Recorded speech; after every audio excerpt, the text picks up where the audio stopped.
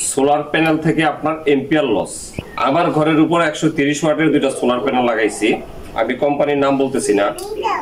প্রতিটা সোলার প্যানেলের সাথে MC4 কানেক্টর দেওয়া ছিল। আমার দুইটা প্যানেল থেকে 2 এম্পিয়ার লস হয়। দীর্ঘদিন ঘাটাঘাটির পর প্যানেল ডিরেকশন অ্যাঙ্গেল এটা সেটা উঁচু নিচু করার পর কোনো প্রকার কোনো সিদ্ধান্তে আমি যাইতে পারি নাই, এবং আমি নিজেই অনেকটা কনফিউশনে পড়ে গেছিলাম যে কি কারণে এম্পিয়ারটা ড্রপ হচ্ছে। আসসালামু আলাইকুম, সোলার নলেজ বিডি এই চ্যানেলে আপনাদের সবাইকে স্বাগতম জানাই।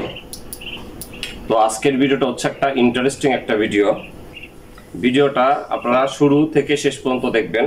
আশা করি আপনাদের 100% উপকার হবে। আর যদি ভিডিওটা ভালো লাগে, যেহেতু নতুন চ্যানেল, ভিডিওতে একটা লাইক করবেন এবং ভিডিওটা বেশি বেশি সবার মাঝে শেয়ার করবেন। তো ভিডিওর টপিকটা হচ্ছে ভাই, সোলার প্যানেল থেকে আপনার এম্পিয়ার লস। এম্পিয়ারটা কেন লস হয়? তো আমি এই বিষয়টা পর্যালোচনা করার জন্য আমার ঘরের উপর 130 ওয়াটের দুইটা সোলার প্যানেল লাগাইছি, আমি কোম্পানির নাম বলতেছি না। প্রতিটা সোলার প্যানেলের সাথে এই ধরনের MC4 কানেক্টর দেওয়া ছিল। এখন অধিকাংশ কোম্পানির প্যানেলের সাথে কিন্তু আপনার এই MC4 কানেক্টর আসে। তো MC4 কানেক্টর থেকে কিন্তু আমি লাইনটা নিছি। তো লাইন দেওয়ার পর আমি আমার চার্জ কন্ট্রোলার পর্যন্ত যতটুকু পর্যন্ত তার আমি দিছি, জাহাজের ভালো মানের তার আমি ইউজ করছি। তারপরেও আমার দুইটা প্যানেল থেকে 2 এম্পিয়ার লস হয়। যেখানে 5 থেকে 6 এম্পিয়ার দেওয়ার কথা, ওই জায়গায় এম্পিয়ার দেয় মাত্র 4 থেকে 4.5 এম্পিয়ার।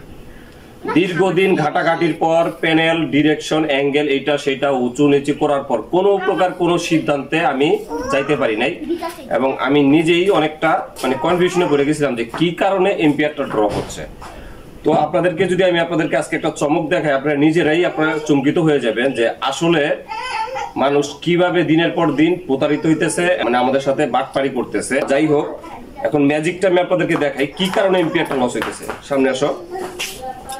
তো আমার সামনে দেখতেছেন এটা হচ্ছে MC4 কানেক্টর। এখন বর্তমান যতগুলো প্যানেল আছে 100 ওয়াট বা 150 ওয়াটের যে প্যানেলগুলো আছে, অধিকাংশ প্যানেলের সাথে, আবার কম ওয়াটের প্যানেলের সাথেও আপনার MC4 কানেক্টর আসে, 65 ওয়াটের প্যানেলের সাথেও আসে। তো এই MC4 কানেক্টরে আপনার কোনো প্রবলেম নাই, প্রবলেম হচ্ছে আপনার তারে। আপনারা কতটুকু ক্লিয়ার দেখতেছেন আমি জানি না। এখানে দেখেন আমি তারটা একটু সিলতেছি, আমি এই সাইডে সিললাম, এই সাইডেও সিললাম। এখানে একটা বিষয় লক্ষ্য করেন, এই সাইডে দেখা যাইতেছে সামান্য একটু তামা, আর এটা যখন আমি ঘষলাম, আপনাদের সামনে প্র্যাকটিক্যাল আমি আপনাদের দেখাই যে বাটপাড়ির একটা লিমিট আছে। এই বাটপাড়ির শেষ কবে হবে আমি জানি না। এই যে দেখেন সম্পূর্ণ সাদা, অর্থাৎ উপরে তামার গ্যালভানাইজিং করা, তামার কালার দেওয়া, আর ভিতরে হচ্ছে সম্পূর্ণ সিলভার। এই হচ্ছে একটা দেখাইলাম, এবং আরও একটা দেখাচ্ছি আমি আপনাদেরকে। প্র্যাকটিক্যাল আমি আপনাদেরকে দেখাইছি, আপনারা নিজেরাও কল্পনা করতে পারবেন না যে কি কারণে সোলার প্যানেল থেকে আপনার এম্পিয়ারটা ড্রপ হচ্ছে বা লস হচ্ছে। তো এখানে দেখেন সম্পূর্ণ কতটুকু ক্লিয়ার দেখতেছেন আমি জানি না, ক্লিয়ার দেখা যায়? সাদা না।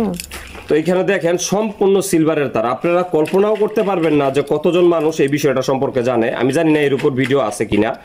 তো এই তার যদি অ্যালুমিনিয়ামের তার হয়, অ্যালুমিনিয়ামের তার দিয়ে আপনার এম্পিয়ার ড্রপ হবে, লস হবে, এটাই স্বাভাবিক।